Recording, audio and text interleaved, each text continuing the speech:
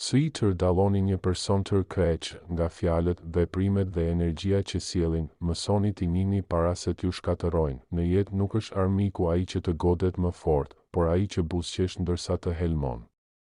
Nuk janë gjithmonë njerëzit e zhurmshëm dhe agresiv ata që të bëjnë më shumë dëm.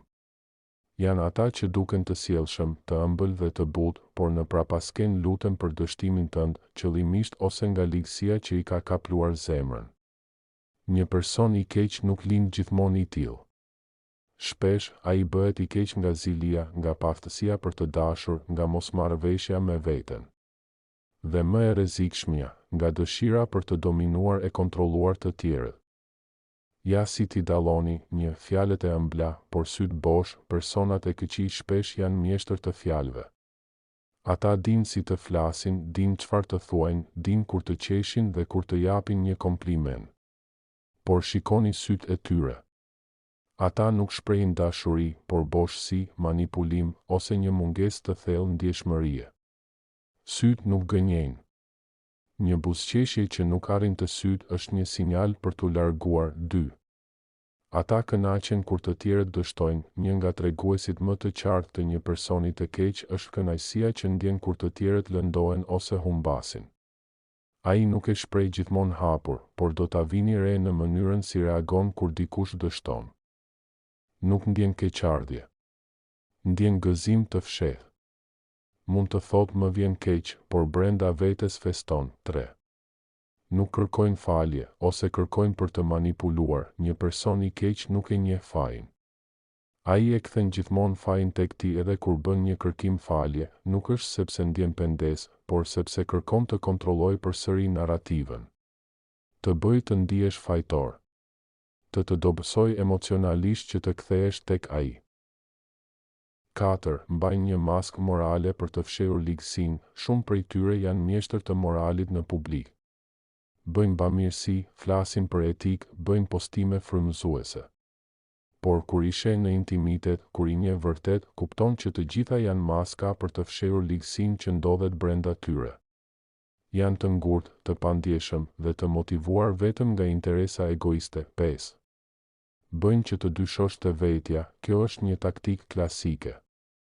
Në vend që të përkrahin, ata mbjellin dyshim tek ti të bëjnë të ndihesh sikur je tepër i ndjeshëm, tepër dramatik, tepër i gabuar.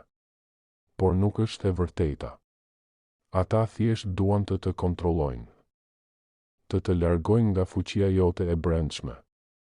Personat e mirë të forcojnë. Të këqij të dobësojnë. 6. Përgojojnë dhe nuk i gëzohen suksesit të askujt, ata janë gjithmonë gati të flasin keq për çdo. E bëjnë si humor, si opinion personal, por në thelb është helm. Një person që flet keq për të tjerët para teje, nesër do flas keq për ty para të tjerëve. Dhe kur dikush arrin diçka të mirë, ata e minimizojnë. E ka pasur me mik, do i dali më vonë e vërteta, ka pasur fat. 7. Shpesh janë shumë të mirë për të qenë të vërtet në fillim janë perfekt. Janë të kujdesshëm, të vëmendshëm, flasin për gjëra që të tërheqin. Por me kohën, kur kanë fituar besimin tënd, tregojnë fytyrën e vërtetë. Ata e ndërtojnë figurën e tyre si një investim për manipulim. Mos e gjykoni një njeri nga muaji i parë. Shikojeni pas 6 muajsh. 8. Kanë gjithmonë nevojë të jenë në qendër të gjithçkaje. Egoja e tyre është e pangopur. Kanë nevojë për vëmendje të vazhdueshme, duan të ndihen më të zgjuar, më të mirë, më të saktë se të tjerët.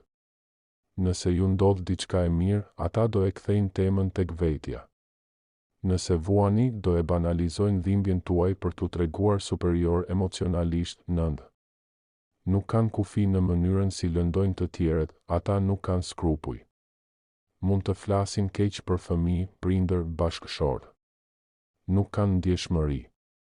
Nuk i lëndon ideja që kanë shkatëruar dikujt jetën. Ata janë gati të hedhin baltë, të mashtrojnë, të ndërtojnë histori të rreme, mjafton të arrijnë qëllimet e tyre ose të shkatërrojnë dikë që nuk u bindet. 10. Energjia e tyre të raskapit, ka njerëz që pas bisedës me ta ndihesh më i gjallë. Dhe ka të tjerë që edhe në heshtje të lodhin. Të thithin energjinë, të bëjnë të ndihesh bosh, i pavlerë. Mos e injoroni këtë ndjesi. Intuita e trupit nuk gënjen. Nëse dikush ju raskapit pa asnjë arsye, është sinjal për të ikur. Si të mbrohesh nga njerëzit e këqij, mos i arsyetoni. E keqja nuk ka nevojë për arsyetim, ka nevojë për kufi, vendos distancë. Nuk ke pse ti luftosh. Largohu. Jepu heshtjen tënde si përgjigje, mos bjerë në grackën e manipulimit emocional. Njerëzit e këqij përdorin fajësimin, ndjeshmërinë dhe frikën për të kontrolluar. Mos u dorëzo, kujdes me sekretet. Mos i hap zemrën dikujt që nuk do ta mbrojë, mbështetu te njerëz të vërtetë. Ata janë pak, por të çmuar. Janë ata që të duan pa interes, që të përkrahin pa xhelozi. Në fund, mos harro, nuk është dobësi të largohesh nga një person i keq. Është trimëri. Është mbrojtje e vetes. Është respekt për shpirtin tënd. Nëse nuk mund të ndryshosh botën, mund të mbrosh veten nga ajo pjesë e errët që tenton të të lëndojë. E mira është brenda teje. Mos e lejo të ndotet nga ata që nuk din të duan, por vetëm të shkatërrojnë.